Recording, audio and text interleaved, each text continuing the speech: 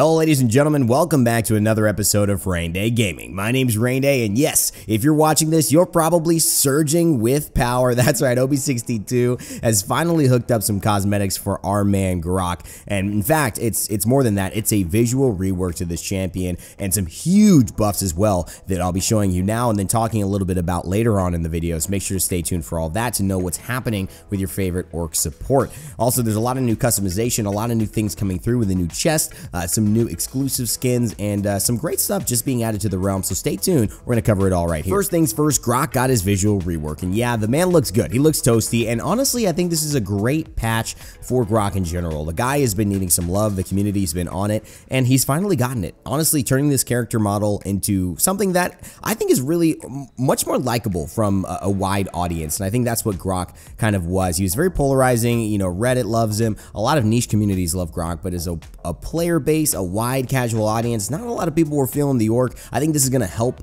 people to really love and support Grok, and of course, just giving him the spotlight now when he hasn't had it for so long, it's got to be a good feeling for all those Grok mains out there. Heading into the VIP store, we're having some new additions as well as a new emote for Grok. So not only is he getting buffed, he's getting a rework, he's getting a new emote called the electric slide, and yeah, it's electricity and him doing the electric slide. It's a pun. It's a great pun, and you better pick that thing up. Another really exciting addition is Genos is finally getting the legendary weapon, meaning he's gonna have the second legendary weapon in all of Paladins. It has custom death animation, so when you take somebody down, ooh, they know you did it, the whole team knows you did it. It just looks sweet, and this gun in general just looks beautiful. So Genos gonna be looking real good with this new VIP exclusive content. Moving on into the customization options and some of the new cosmetics coming through in Paladins Ob62, you'll find that a new international chest is gracing the realm. Now, the first form of an international chest actually had the Brazilian themed chest with some of my favorites like the Samba launcher for Drogoz. This one is still going to have those in this chest to be purchased alongside some brand new, more CIS Russian themed things.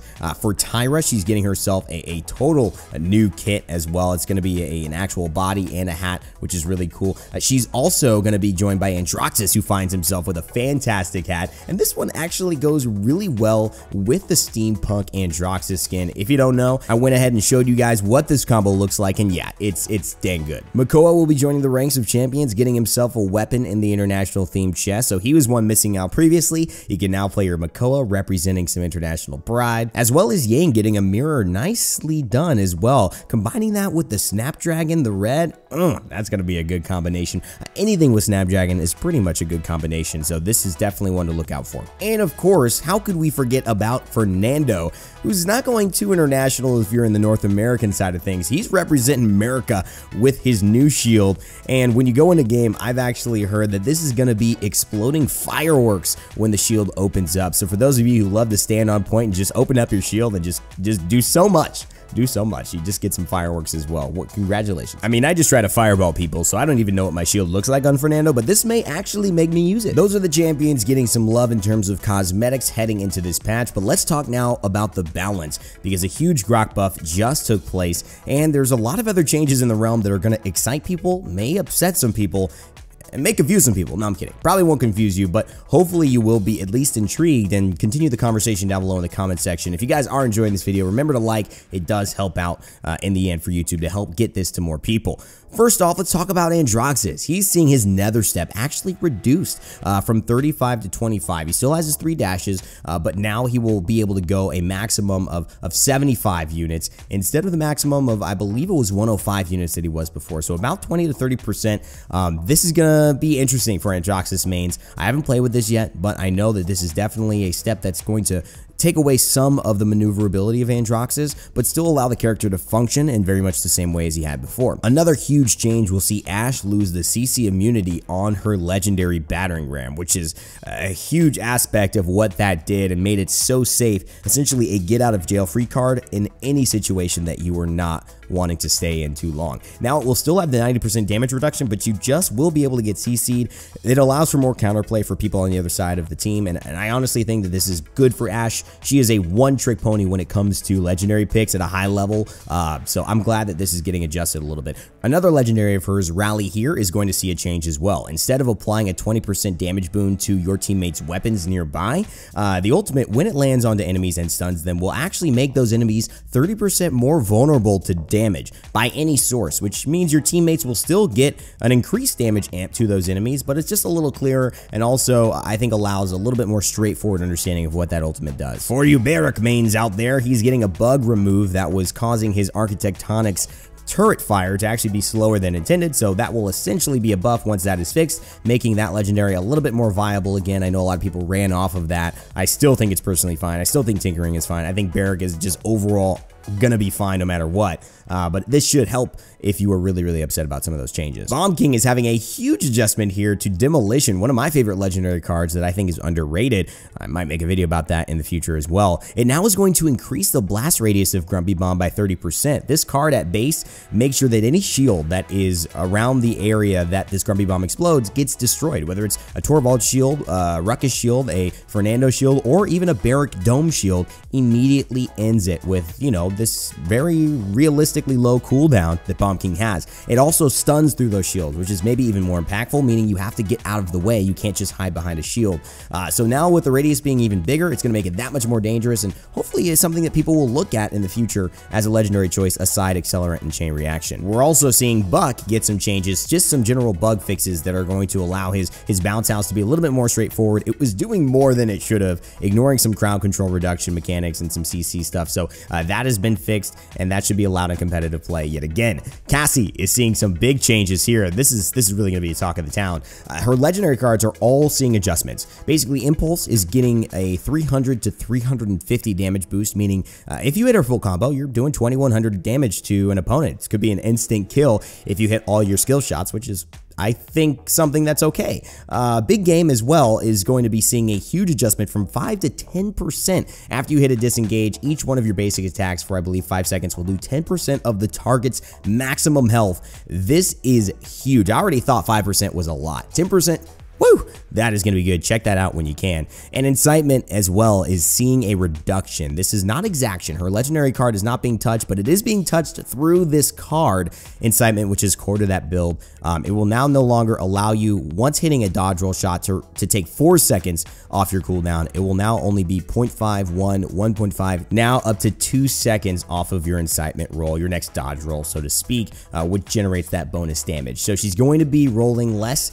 She's going to have more moments of vulnerability and will be more counterable. So this is a wild west situation for Cassie. One legendary that's such a staple gets nerfed quite a bit through this card, and then of course the other legendaries get these big buffs. I'm not sure what's going to happen. I'll have to play a lot of Cassie coming up in Ob62 to experiment and see where she's going to land and which one's going to be the best. Let me know your guys' initial thoughts about that in the comment section below. Drogoz is also seeing a few nerfs coming through to his thrust distance, reducing the vertical distance that you will be thrusted up into the air by 30%, and also Thrill of the Hunt, a card that allows him to kind of get that thrust cooldown back more often, is being capped at 60% versus 100% and scaling from 15 to 60 instead of 25 to 100. So it's a bit of an adjustment there. Drogoz just seeing a little bit less vertical mobility, although with Wormjets, I think he's still going to be in a great spot. Eevee is also getting a little bit of mobility nerfed, 10% of the flight speed of Soar being reduced, but remember, you have some cards that can increase the flight speed of Soar in your deck. So if you want that back, you're just going to have to invest a little bit more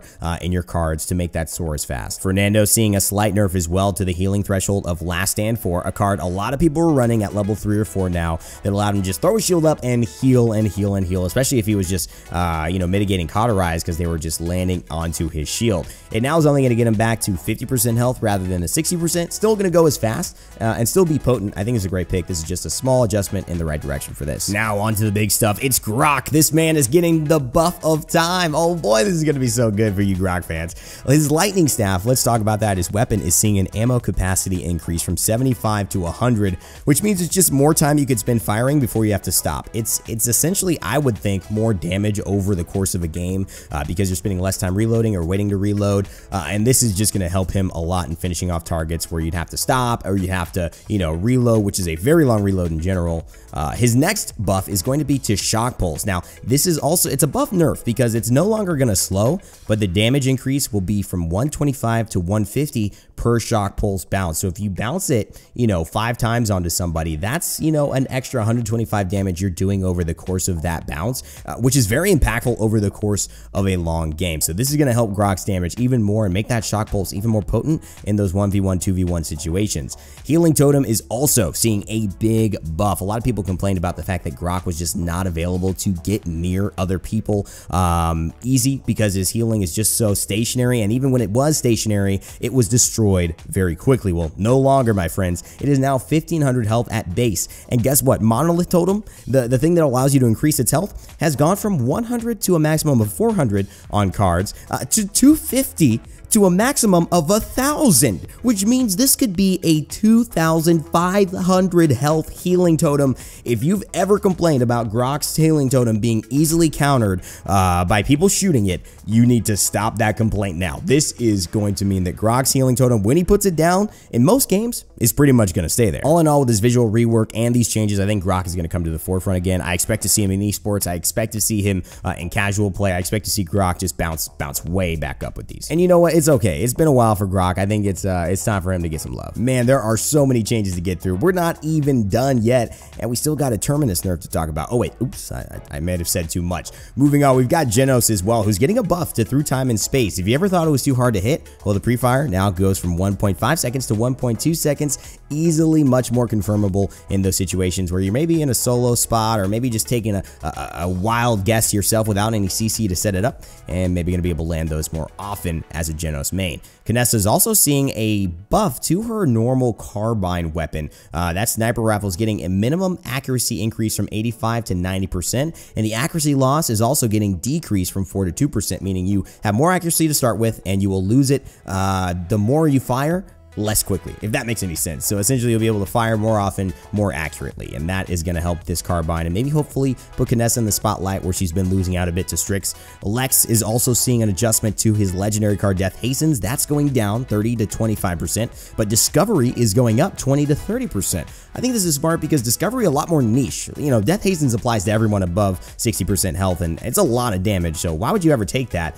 Discovery now is going to give you more damage, but only to a specific target, whereas Death Hastens a little bit more widely applicable, but less damage than Discovery. So I think this is a good change. Makoa getting a little bit of a health adjustment here from 4,800 to 4,500, and we're seeing some adjustments to his legendary cards. Pluck is getting a damage nerf from 80% to 70% bonus damage after that shot after his hook, while Leviathan is seeing a positive adjustment from 1,500 health to 1,800 health now when you pick that up. This should put him exactly where he was before the initial base health was reduced, and also make it a bigger discrepancy between what you get when you're running Leviathan Makoa to when you're running standard Makoa with either Pluck or Half Shell. Pip is getting a very nice quality of life change. After getting his legendary adjusted a couple patches ago, he will now be able to use all of his abilities during Weightless, which is going to give him some more flexibility in the realm, and I think could open up some doors and some different styles of playing him. Ruckus is also seeing some adjustments here. Aerial Assault will be getting nerfed alongside some of the other vertical mobility nerfs we've discussed. The distance of advance will now no longer be able to go up 30, it will be able to go up only 20 units per advance straight up into the air. I mean, even in my honest opinion, Ruckus was just going so far up into the air sometimes, it felt a little ridiculous.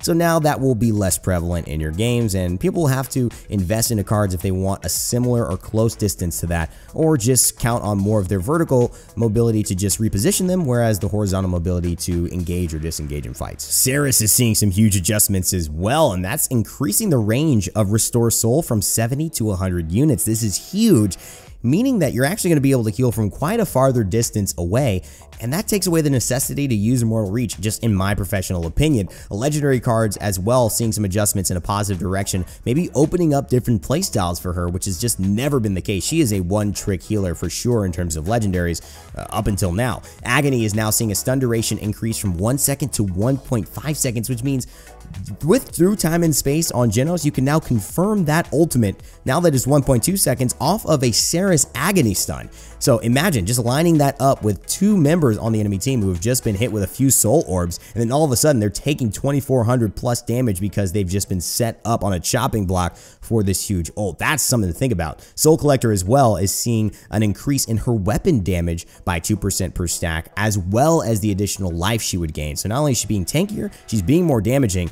These are all really good changes, and I think going to put Ceres right back on the map in terms of healers. I think she's going to do great with these new changes. I promise we are almost done, guys. There are just so many changes coming through. We've got Shaolin and Terminus and just a few more to talk about after that, but the Shaolin one is pretty prevalent here. He's going to actually get some changes to Desert Shadow and a card called Run Like the Wind. He's going to have less movement speed off of that card, going from 10 to 40%, now from 7 to 28% total. And he's also, with his Desert Shadow legendary, which in my opinion was the best by far choice for Shaolin. He's going to have the additional stealth time reduced from 3 seconds to 2 seconds and a damage bonus reduction from 30 to 25% on that first shot out of his withdrawal. And now on to the Terminus nerfs. He's seeing a reduction in health reduced from 4,900 to 4,500. He's also taking away the ability to see when his ultimate meter is up, so that you won't know when he's able to basically surprise ult you back and come to life, which I think is kind of the point of that. So that's actually a change I really like. Another big change, which is in a positive direction, but a much needed one in my opinion, is that his Massacre Axe will now have an increased range of 25%. There were so many times I felt like I just was swinging at someone and wouldn't hit them. Now that will not be a problem. His Power Siphon as well, which is such a huge aspect of his kit, that shield will have a recharge rate reduced by 25% as well, so he will not have it up as often. He's also seeing a reduction in his card Strength of Stones, damage reduction gained per stack. It's going from 1.5 to 6% to now 1 to 4% per stack, so he's only going to have a maximum of, I believe, 16% damage reduction rather than his 24%, which is a lot. I'm actually dying right now. There are so many changes happening in this patch. Somebody save me. Willow seeing a bit of a change. The flutter distance will be reduced by 10%, and Faith Flight, the speed of that ultimate when she is flying in her air, will be reduced by 25% as well. Ying is seeing her post fire increased from 0.1 seconds to 0.5 seconds on Dimensional Link, meaning you can just not spam that as quickly, and to make that ability a little bit more readable and purposeful than the spammy nature it had overall. Last but not least, there is no other champion that comes after Z, so we're happy to end it here. Zen is seeing an adjustment to his Inferno Blade, his main sword, in a really nice way. It's going from 200 to 300 in terms of projectile speed for the first 2 hits, so once it leaves his sword, it's going to be flying a lot faster. Billow is also seeing an increase in its cooldown from 12 to 15 seconds, so he's going to have that less often. And his legendary card, Guillotine, now is going to grant damage immunity during Spite. Now, I honestly think Guillotine is kind of a fix to something that I think is just a character problem with Zen's ultimate. A lot of people feel different ways about it. I personally feel that his base ultimate is keeping him from being viable in a high level situation, though it can be really valuable in those niche moments. And I think Guillotine is for those who want to make even more value out of it, make it more of the core mechanic to how they play Zen. So that's going to be available now, and the damage immunity is nice. You won't be able to be hurt while you're using that ultimate, whether it's to get out of dodge or whether it's to attack somebody, and they're not going to be able to focus fire you down before you can get off your 2000 damage. Well, guys, I know this is one of my longer videos, to be honest, especially one that's not just a straight gameplay, but I appreciate you all stopping through and supporting on the channel. If you want to stay tuned to more, I mean, why not? This community is the best in the world. Go ahead and like, and of course, subscribe, and turn on the notification bell to get notified. But that's if you really want my notifications. A lot of people are like, "Oh, Raynday, you be uploading too much, dog. I just need semi-notifications. Please be less consistent with your content." I'm also at twitch.tv/Raynday, so make sure to go ahead and follow me over there to catch me when I go live, and hit me up on Twitter at Raynday Gaming if you want to talk to me a little bit more casually or just say what's up. Thanks so much, guys, for watching. Hopefully you enjoy Ob62, and as always, remember to never give up, never stop gaming, and I'll see you all next time.